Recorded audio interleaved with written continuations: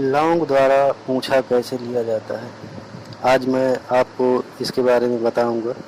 वैसे तो पूंछा लेने की बहुत सारी विधियां हैं, जैसे गेहूं से, चावल द्वारा, और कुछ लोग माला द्वारा भी, माला के मोतियों द्वारा भी पूंछा लिया करते हैं। पर आज मैं जो आप लोगों को बताने वाला हूं कि लौंग द्वारा कैसे पूंछा लिया जाता है।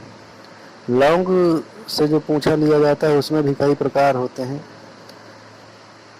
जैसे अपने हाथ में दोनों मुट्ठी बंद करके दोनों हाथों में जो है लौंग ले करके रोगी से पूछना कि इसमें कैसे क्या है। गिलास में लौंग अभिमंत्रित करके पानी में डालना कि वो डूब गई या खड़ी है। जो पानी में लौंग अभिमंत्रित करके गिलास में डालते हैं तो उसमें यदि बाधा से ग्रसित है कोई रोगी तो लौंग जो है अंदर चली जाएगी, या तो नीचे गिर जाएगी या तो सीधा खड़ी हो जाएगी।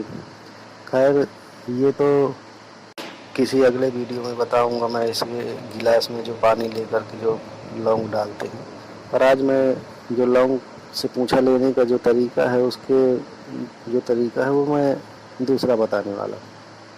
पर उससे पहले अगर आप मेरे चैनल पर नए आए हैं तो पहले चैनल को सब्सक्राइब कर लीजिए, बेल आइकन दबा लीजिए और ऑल पर क्लिक कर लीजिए, ताकि जो भी जानकारी मैं डालूँ वो सबसे पहले आप तक पहुँचे।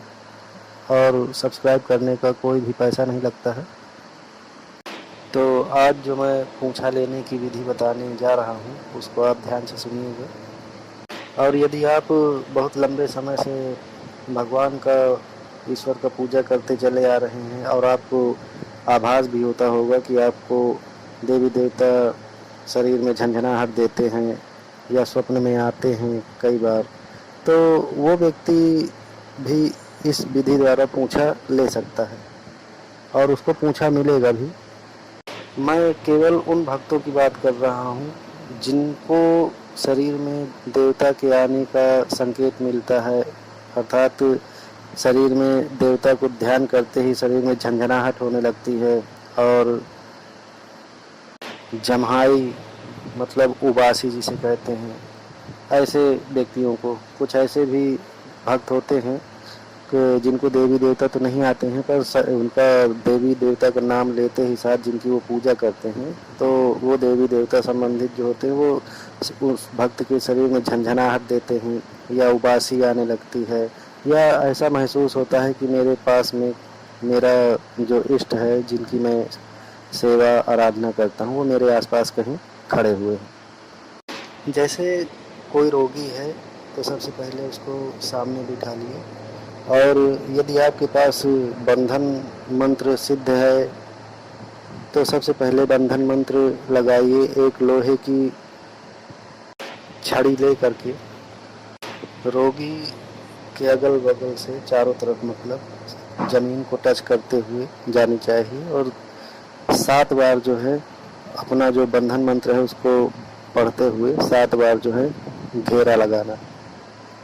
इससे क्या होगा कि जो प्रेत आत्मा या जो भी बुरी शक्ति है वो उसके शरीर से बाहर नहीं जा पाएगी।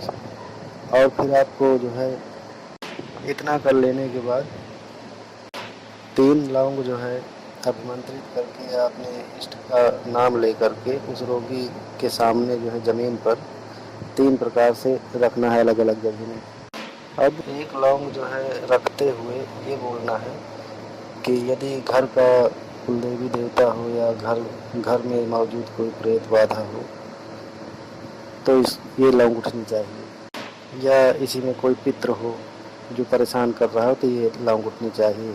और अब दूसरी लौंग आप ये कह के रखेंगे कि यदि किया कराया हो या किसी ने भेजा हो या किया गया हो बाहरी तरफ से, या कोई परिवार का है वो व्यक्ति अगर किया हो तो ये दूसरी लौंग उठनी चाहिए। अब तीसरी लौंग जो रखेंगे तो ये कह करके कि कहीं कोई पूजा पाठ का सामान तो नहीं डाक गया है, या गली बीच का कोई तो नहीं पकड़ लिया, गली रास्ते में आते समय कुछ ऐसे भी आत्माएं होती हैं जो रास्ते में चलते समय किसी न किसी पर मोहित हो जाती हैं और उसी के साथ चल देती हैं। मतलब आप इस तरह से जो है पूंछा ले सकते हैं। तो अब सामने वाले से अब ये ध्यान रखना है आपको कि कौन सी लौंग को रखते समय आपने किस लौंग पे क्या बोला है, ये ज़रूर ध्यान रखना है।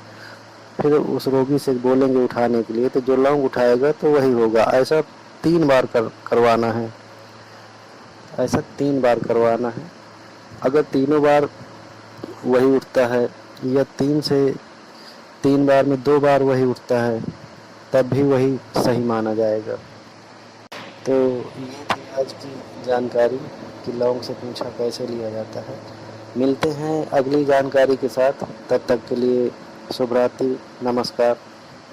जानकारी अच्छी लगी हो तो चैनल को सब्सक्राइब कर लीजिएगा और बेल आइकन दबा लीजिएगा, जिसका कि कोई भी पैसा नहीं लगता है।